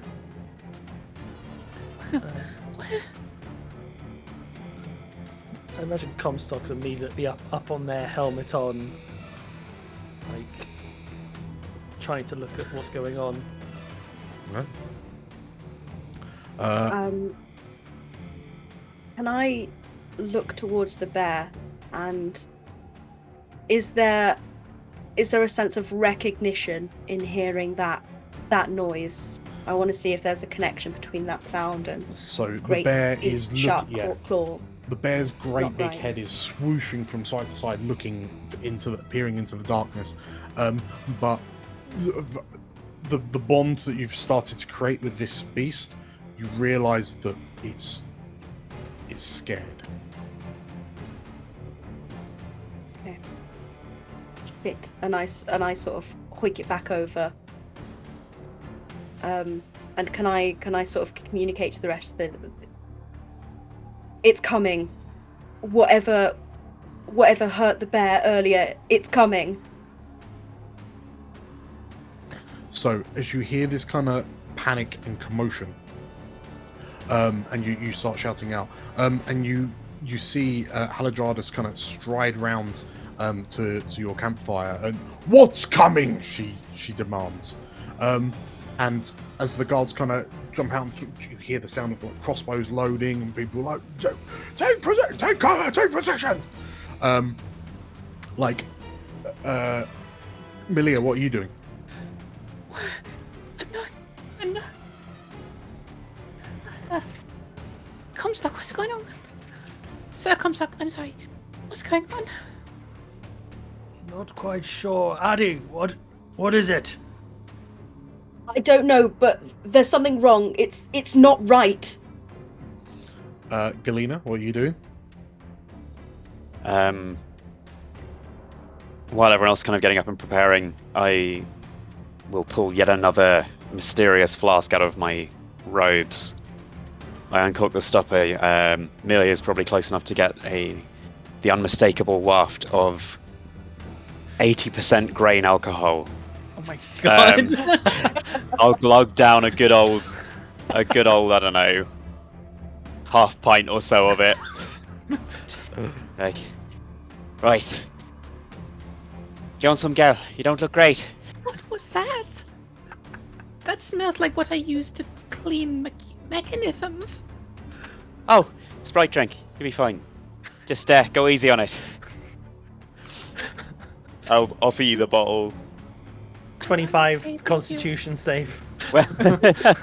Well, you gotta figure something out, okay? You've got this. You've been in bad situations before, okay, girl? Focus up. So, as I'll just- you Toss the rest of it on the ground and start running up to the battlements. Sure. So as you kind of clamber up onto one of the carts alongside Comstock, Addy, the bear kind of moves alongside you. Amelia, you're kind of peering over. Like the forest goes quiet as like everyone's shushes and just kind of gets ready, concentrating on peering out into the darkness, waiting for whatever made that noise to reveal itself. Can I reach out and touch the bear and cast heroism? Ah, yes. The brave bear you feel is shivering, and as you place a hand on it and the primal energies kind of pulse from you into it, the bear just seems to almost kind of relax under your hand, and the bear's head kind of turns to look as you hear the sound of a twig snapping off in the tree line, and as you kind of peer out, struggling to make out like roughly where that figure was stood on the other side of the campfire. You hear, Hello, the camp! I've been tracking you for some time. My name is Victor, a lone huntsman. May I come in?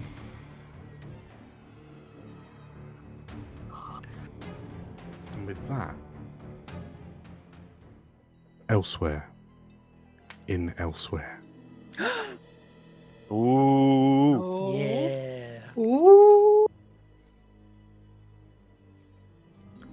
a door opens, casting a small amount of light into a room illuminated by a sickly green glow. The glow emanates from a crystal held in a clawed hand. A deep, rumbling growl of happiness emanates from the figure holding the crystal fragment. What do you have to report? Master, it seems to have worked. The crystals have powerful transmutative qualities. Our prototype is on the loose. Let's see what sort of carnage it wreaks. A flash of sharp teeth reflect in the crystal's light. Good. Congratulations, everyone, Ooh, on completing session 2. We did it. You did it! Hey! Okay. So, yes, congratulations. We did a thing. And I wonder who this mysterious voice emanating from the tree line could be. Strange No, and he said his name was mysterious. Victor, but I Yeah. don't believe him. Who the hell is Wild Victor? Probably shouldn't Victor trust him. appeared. Yeah. I mean, there's Um, no Kill him one on else part of our group, is there? There's- No, it's No. just us. So we will leave it there.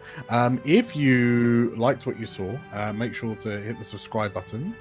Make sure to like the video and comment down below on who you think this Victor could be, and also on your favorite bits, because that's always fun to do, and it gives me good feedback on what was good and what could have been better.